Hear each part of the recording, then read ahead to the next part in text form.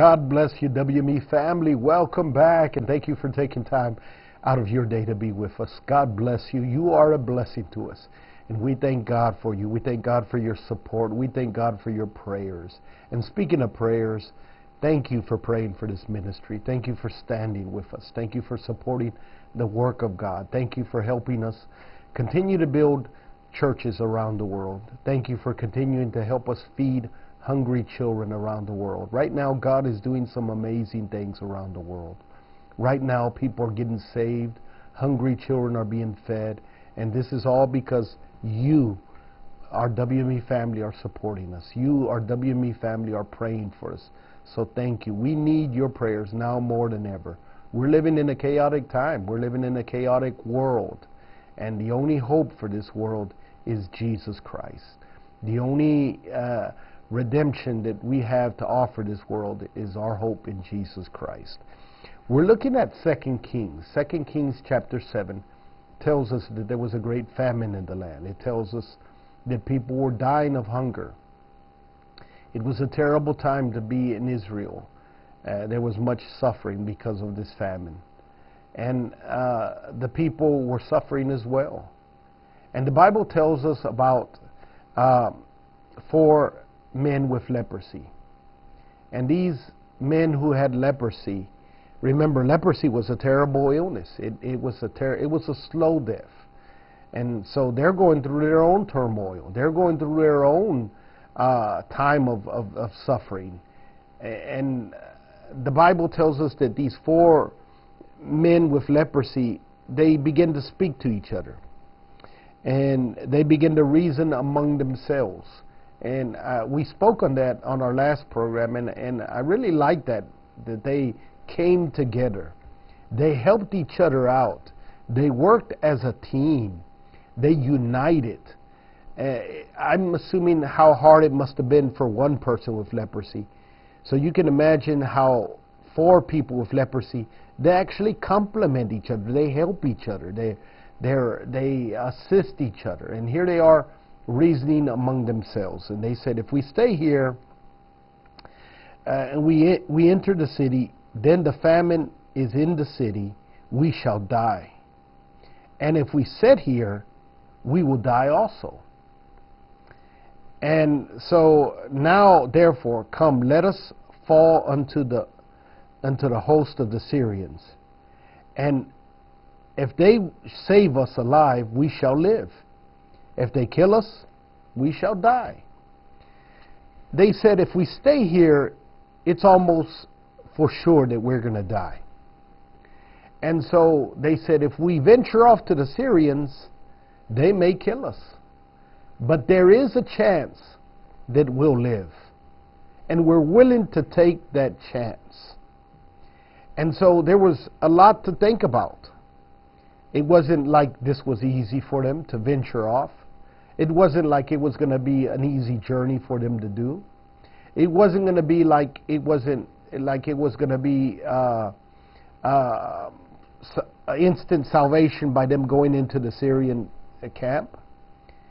They were taking their life in their hands. I mean, something could have happened to them. But they decided to venture off. They decided to go into the camp of the Syrians. And as they began to go to the camp of the Syrians, the Lord made it thunder. And the Bible tells us that as the Syrians heard the thundering, they were afraid. And they thought that Israel had come with much armies, and they fled. And they were so afraid, the Syrians were, that when they left their camps. And they left their camps full of gold and full of food, and they left their housing. As fast and as quick as they could leave, they left.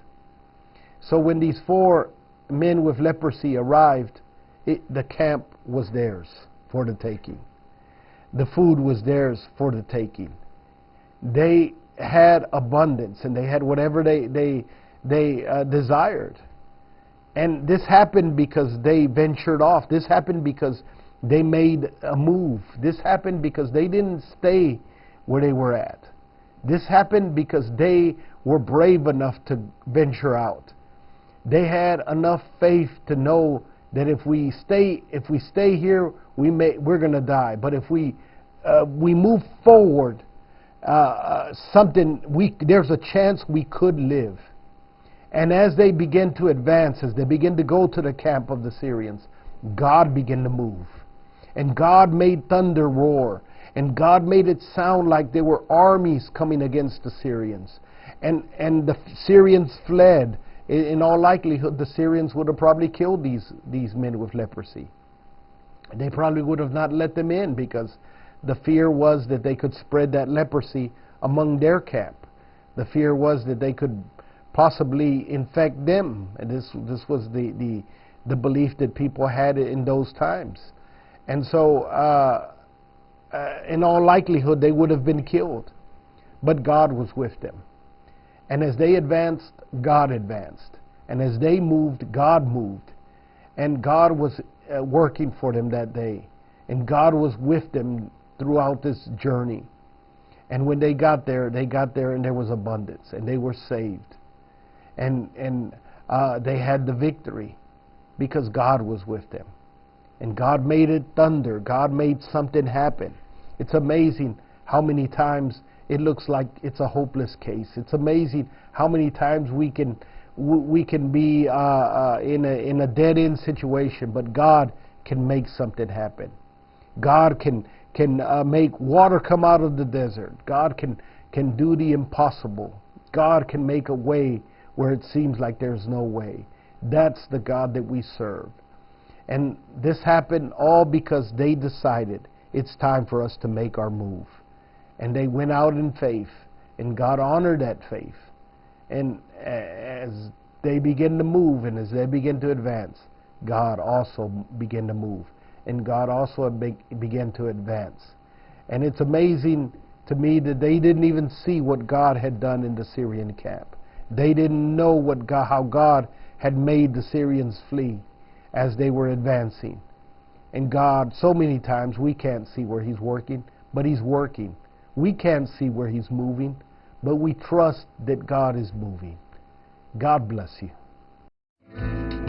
World missionary evangelism began when John E. Douglas Sr. accepted the challenge of caring for 6 orphan children in India. From this act of love sprang a work that has grown to include children's homes, schools, leper clinics, vocational and agricultural education, disaster relief, feeding programs, drilling water wells, and building churches. And at the heart of all of WME's work has been living out the Great Commission to take the news of salvation through Jesus to everyone we meet. Evangelism in World Missionary Evangelism is not just a part of our name. It defines our mission, our focus, and is at the heart of everything we do.